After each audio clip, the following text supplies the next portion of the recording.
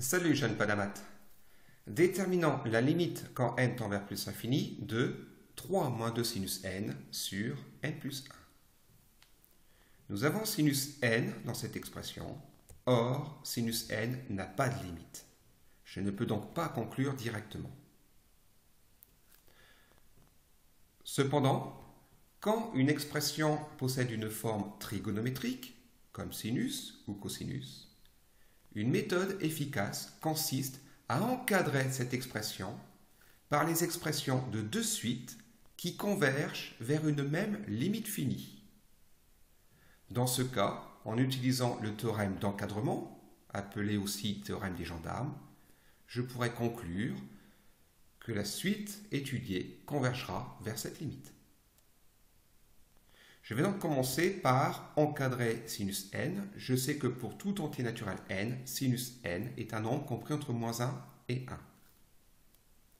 Je vais ensuite multiplier par moins 2 chaque membre de cette double inégalité. Comme moins 2 est négatif, je pense à changer les sens.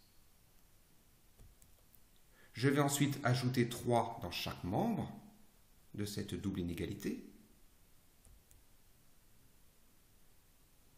Ensuite, je vais diviser chaque membre de cette double inégalité par n plus 1.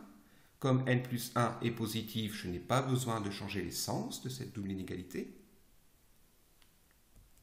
Je réécris cette double inégalité dans l'ordre pour obtenir finalement que 3 moins 2 sinus n sur n plus 1 est compris entre 1 sur n plus 1 et 5 sur n plus 1.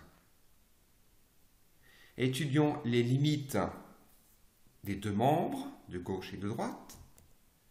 Limite de 1 sur n plus 1, comme limite de 5 sur n plus 1, est égale à 0 par quotient.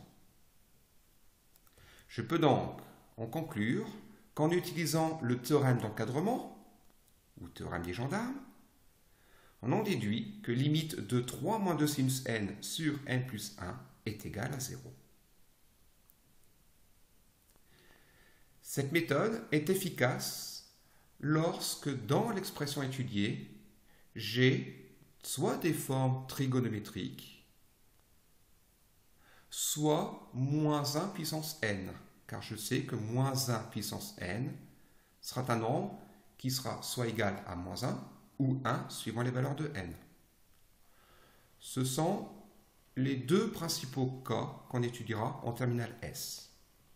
Il y en a d'autres, mais si dans une expression, vous voyez une forme trigonométrique, sinus ou cosinus, ou bien moins 1 puissance n, lorsque vous avez à étudier la limite, pensez à utiliser le théorème d'encadrement ou bien le théorème de comparaison, théorème que vous verrez dans une prochaine vidéo.